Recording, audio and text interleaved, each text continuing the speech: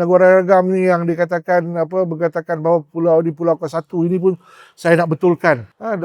Dalam 4-5 tahun ni wujud dalam sosial media bahawa nama Pulau Pinang ni asalnya nama Pulau ke-1. Tak betul. Pulau ke-1 ialah satu episod daripada nama Pulau Pinang. Nama Pulau Pinang telah lebih awal. Yang kita tahu, yang dicatat ada 2 catatan, satu catatan Cina, yang kedua catatan Portugis 1400-1500.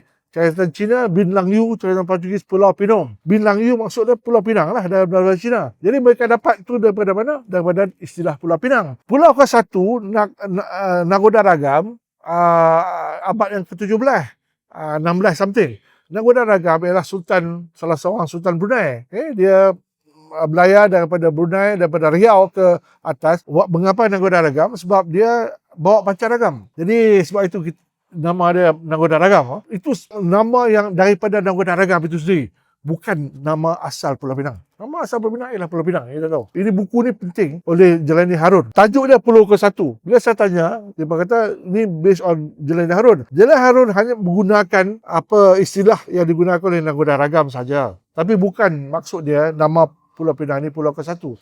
Buku ini perlu disebarluaskan, perlu dibincangkan. Kepada saya, buku ni macam satu ensiklopedia. Dia cover, in fact, Jelani Harun dah cover banyak dah sebenarnya. Tapi orang tak baca.